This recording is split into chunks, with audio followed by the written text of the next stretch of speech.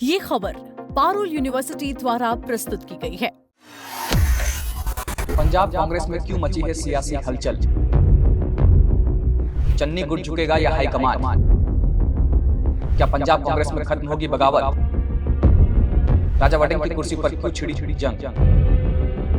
चन्नी बनाम हाईकमान की पूरी कहानी। नमस्कार, आप देख रहे हैं दैनिक जागरण और मैं हूं आपके साथ साहिल जायसवाल। पंजाब कांग्रेस में पिछले कई दिनों से चल रही सियासी खींचातान अब एक अहम मोड़ पर पहुंच गई है। पूर्व मुख्यमंत्री चरणजीत सिंह चन्नी और उनके समर्थकों ने आखिरकार कांग्रेस के पंजाब प्रभारी भूपेश बघेल से मुलाकात के लिए हामी भर दी। यह बैठक ऐसे समय में हो रही है जब पंजाब कांग्रेस के भीतर नेतृत्व को लेकर असंतोष खुलकर सामने आ चुका है। सवाल यह है कि क्या बैठक से कांग्रेस की अंदरूनी कलह खत्म होगी या फिर यह विवाद आगे भी पार्टी के लिए मुश्किलें खड़ी करेगा। दरअसल पिछले 5 दिनों से कांग्रेस के पंजाब प्रभारी भूपेश बघेल चंडीगढ़ में लगातार पार्टी नेताओं के साथ मुलाकात कर रहे थे। इस दौरान उन्होंने कई वरिष्ठ नेताओं के साथ बैठक की, लेकिन पूर्व मुख्यमंत्री चरणजीत सिंह चन्नी और उनका खेमा इन बैठकों से दूरी बनाए हुए था।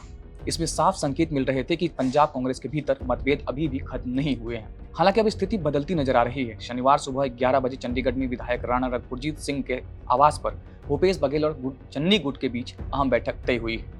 इस बैठक में चरणजीत सिंह चन्नी के अलावा सांसद सुखविंदर सिंह रंधावा और पंजाब विधानसभा नेता प्रतिपक्ष प्रताप सिंह बाजवा के शामिल होने की संभावना है। अब सवाल यह है कि आखिर विवाद की जड़ क्या है। असल में चन्नी गुट कांग्रेस हाईकमान के उस फैसले से नाराज है जिसमें अमरिंदर सिंह राजा वडिंग के दोबारा पंजाब कांग्रेस का प्रदेश अध्यक्ष बनाए जाने का निर्णय लिया गया था। चन्नी समर्थकों की मांग है कि इस फैसले पर पुनर्विचार किया जाए। उनका मानना है कि आगामी विधानसभा चुनाव से पहले संगठन में बदलाव की जरूरत है, लेकिन कांग्रेस हाईकमान का रुख बिल्कुल साफ नजर आ रहा है। पंजाब प्रभारी भूपेश बघेल ने स्पष्ट शब्दों में कहा है कि हाईकमान का फैसला किसी भी कीमत पर नहीं बदलेगा। यानी राजा वडिंग को हटाने का या उनके पद पर पुनर्विचार की संभावना फिलहाल लगभग खत्म मानी जा रही है। सूत्रों की माने तो शनिवार की सुबह 2 चरणों में बैठक हो सकती है। पहले दौर में राणा गुरजीत सिंह के आवास पर चन्नी समर्थकों की ओर टीम भूपेश बघेल के सामने अपनी बात रखेगी। इसके बाद दूसरे दौर की बैठक चरणजीत सिंह चन्नी के घर पर प्रस्तावित है, जहां आगे की रणनीति और संगठनात्मक मुद्दों पर चर्चा हो सकती है। गौर करने वाली बात यह है कि चन्नी गुट इस बैठक में अमरिंदर सिंह राजा वडिंग को शामिल नहीं करने की शर्त पर अड़ा हुआ है। वहीं राजा वडिंग ने खुद भी साफ कर दिया है कि वे इस बैठक का हिस्सा नहीं होंगे। उन्होंने कहा है कि उन्हें बैठक के स्थान की जानकारी नहीं है और हाईकमान ने उन्हें प्रदेश अध्यक्ष बनाए रखने का फैसला किया है। ऐसे में वे स्वयं इस्तीफा नहीं देंगे। अगर हाईकमान चाहेगा तभी वे नेतृत्व का कोई बदलाव करेंगे। इस पूरे घटनाक्रम के बीच शुक्रवार को भी राजनीतिक हलचल तेज रही। पहले चन्नी गुट और भूपेश बघेल की बैठक प्रस्तावित थी, लेकिन उसे टाल दिया गया। पूरे दिन चन्नी और उनके समर्थक नेताओं के बीच लगातार बैठकें होती रहीं, जिनमें यह रणनीति बनाई गई कि पंजाब प्रभारी के सामने किन मुद्दों को प्राथमिकता के साथ रखा जाएगा।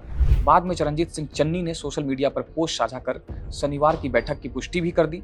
उधर भूपेश बघेल ने पार्टी में अनुशासन को लेकर भी बड़ा संदेश दिया है। उन्होंने कहा कि बैठक के बाद सभी नेता एक मंच पर दिखाई देंगे। इतना ही नहीं, उन्होंने यह भी कहा उन्होंने चुनाव तक पंजाब में रहने के लिए फ्लैट ले लिया है, जिससे साफ संकेत मिलता है कि कांग्रेस आगामी विधानसभा चुनाव की तैयारी में पूरी तरह तैयार है। बघेल ने यह भी 2 टूक कहा कि पार्टी में अनुशासनहीनता बिल्कुल बर्दाश्त नहीं की जाएगी। जो नेता पार्टी लाइन से हटकर काम करेंगे उन्हें बाहर का रास्ता दिखाया जाएगा। चुनाव में कांग्रेस की ओर से राहुल गांधी सबसे बड़ा चेहरा होंगे और चुनाव प्रचार के दौरान वे पंजाब को सबसे ज्यादा समय देंगे।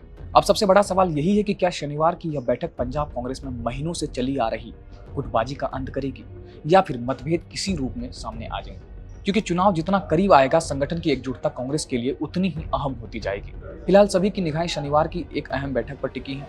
अगर बातचीत सकारात्मक रही तो पंजाब कांग्रेस में एकजुटता का संदेश जा सकता है, लेकिन यदि असहमति नहीं बनती है तो इसका असर आने वाले विधानसभा चुनाव की तैयारियों पर भी पड़ सकता है। बाकी इस खबर पर आप क्या सोचते हैं, आपकी क्या राय है, हमें कमेंट सेक्शन में जरूर बताएं। देश और दुनिया की तमाम खबरों के लिए देखते रहें दैनिक जागरण। नमस्कार।